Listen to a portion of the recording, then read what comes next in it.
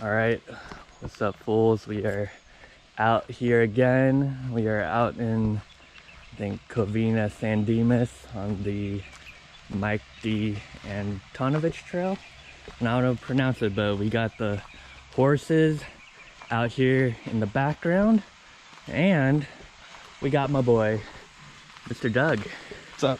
How's it going, sir? Doing good. How are you doing? I'm doing great. So like I normally say, this is the continuation of the series within the series of me interviewing my classmates in my DPT cohort. And that kind of, like I say, ruins the first question of asking, how do you know me? But do you kind of remember our first interaction? Yeah, I think we first met, and I could be wrong, but I think we were in the same group for The bone box. Yeah, we had the same bone box, so we got to know each other going over that a lot. Mm-hmm. So getting to work with you in anatomy, really just starting with bone structures, was how I really got to know you. Yeah. So.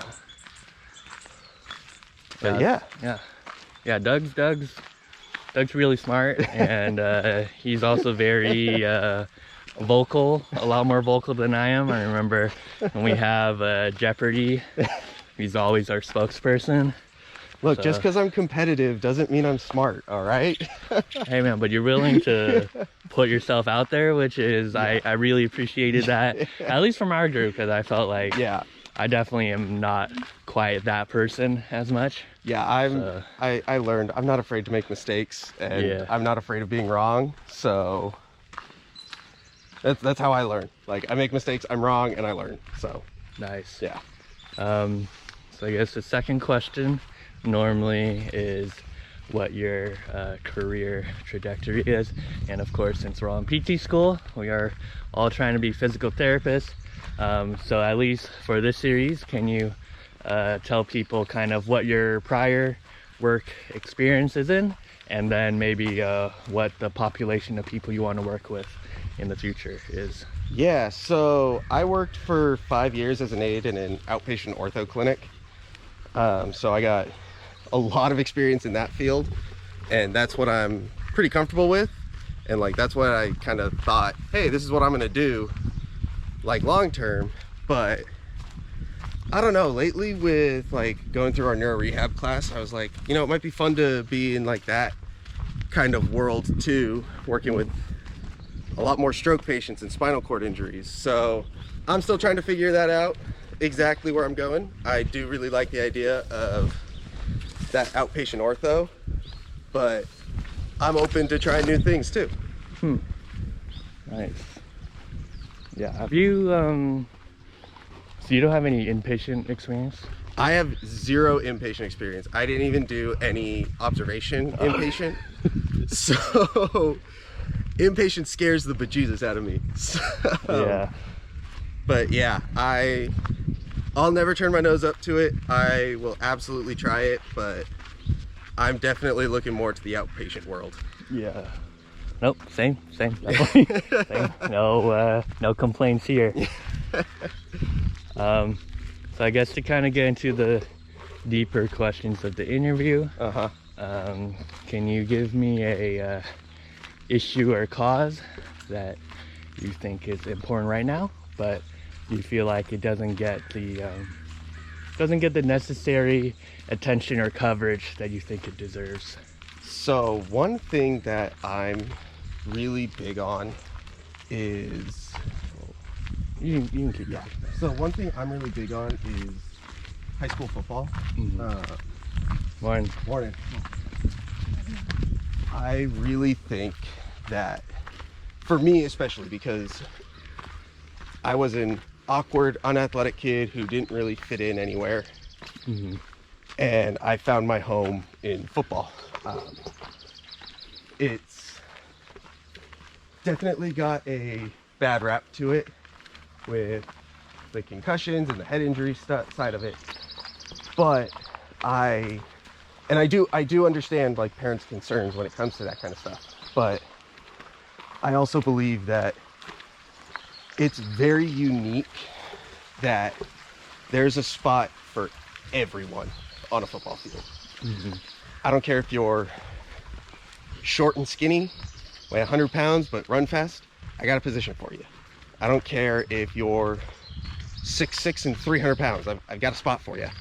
Like, and I don't think any other sport can really say that. Like, you look at basketball, if you're short, like, you can only go so far. If you're in soccer, if you're 300 pounds, like, you're not going to be able to withstand running long periods of time. So Yeah. for me, I think football is like the one sport that can kind of bring together all people, regardless of size, ability, doesn't matter. There's a spot for everyone on a football field. Yeah. Morning. Morning. Morning. So yeah, that's my biggest thing. Nice. Well, I guess the fourth question is kind of related to the third a little bit too. Is there another, doesn't have to be important, but is there another cause or issue that either you are personally involved with right now, or you've been personally involved in the past that you'd like more people to know about? I mean, big thing is definitely like the mental health side of everything. Like, just from my own personal experience, like, I have ADHD, which for those who don't know, like, there's really high instances of depression and anxiety with people with ADHD. And I've struggled with that a lot in the past, until, like 2 years ago, I finally got some medication for it. And it totally, like, changed everything, because, like, I could never sit through an hour-long study session. I struggled with classes because I physically couldn't prioritize them.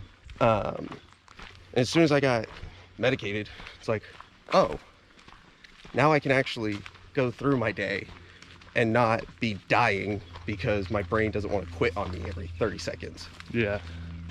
So I think, and it literally all just started with me going to my doctor and saying, I need help.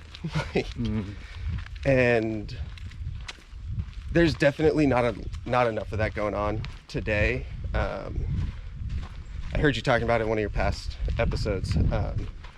Just different cultures, culturally, like in my white conservative Christian culture, it's a lot of, well, hey, if you have depression and anxiety, that means you're not trusting Jesus enough. Well, that's not it at all.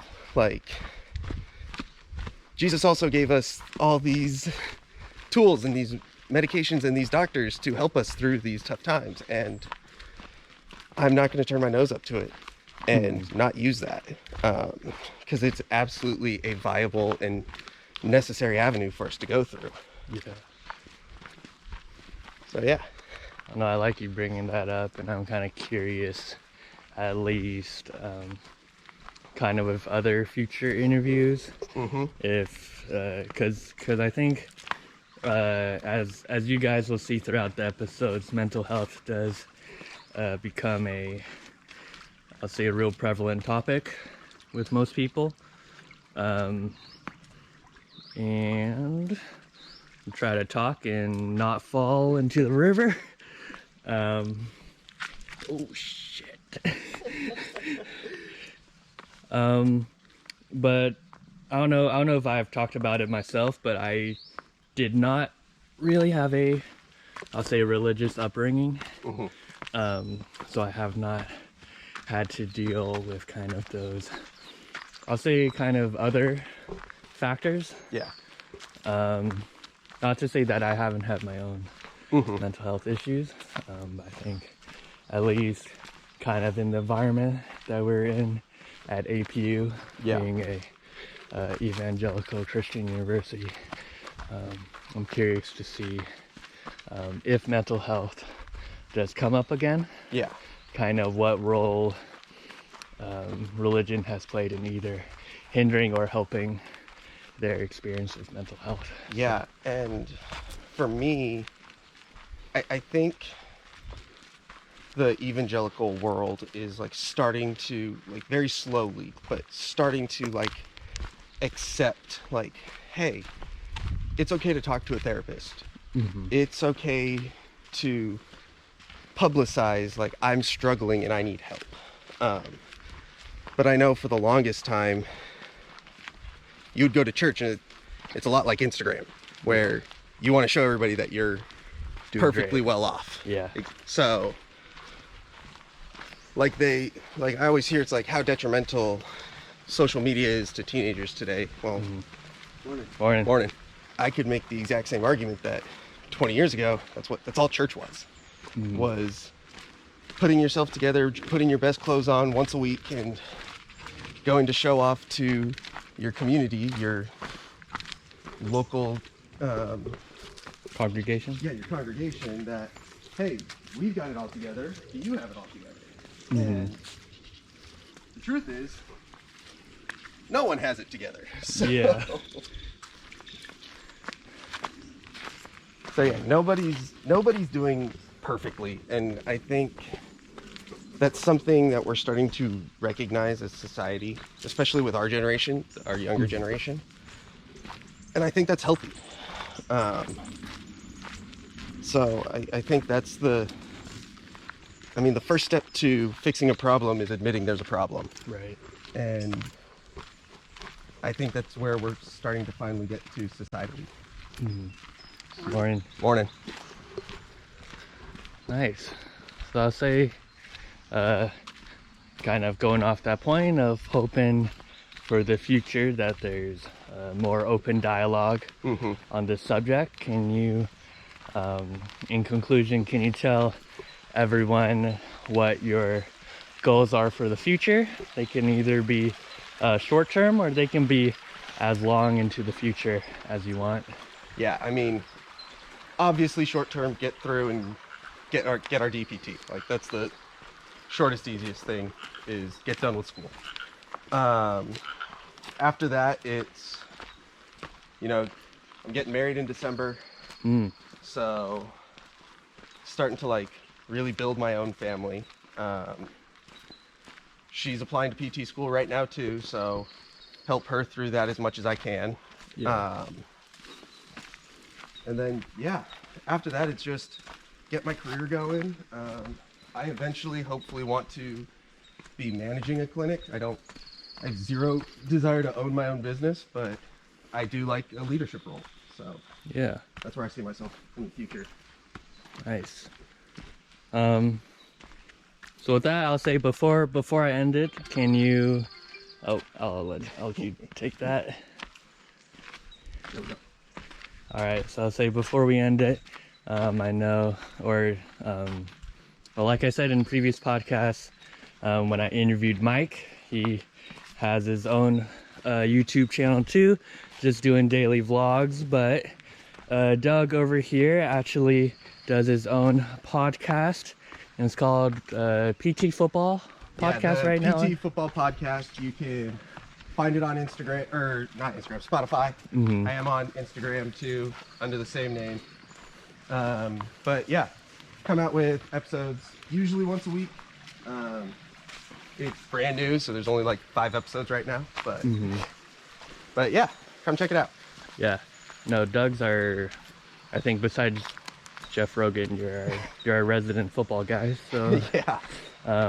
if you guys didn't know, when we're actually walking back to our cars now, but on the way here, I asked Doug a bunch of football questions because I feel like I more or less, like, I know who the players are, but I don't really like know what's going on. So I had to get the scoop from Doug. You literally ask me one question and it turns into a 30-minute monologue about the NFL. So. Right. No, but definitely go check it out. Doug actually helped me out because since his interviews or your podcast is on Spotify, I too have been trying to find a way to put these interviews on Spotify too. So if you guys don't want to sit down and watch the video, you can listen to them on a walk or a run. So hopefully those will be coming out soon. But with that, thanks to Doug for coming out and walking with me. It's been nice. I think Doug's one of the people, like you said, I've always interacted well with. Yeah. But since you're not in my pod, we don't get to talk all that much anymore. Right. So definitely appreciate the time today. And like I say at the end of these, the series isn't without the people who let me bug them and ask them questions. So I definitely appreciate Doug for his time. And with that, I appreciate for you having me too. Hey, thanks, dude. And with that, we'll go ahead and end it. And we'll see you next time. All right, thank you.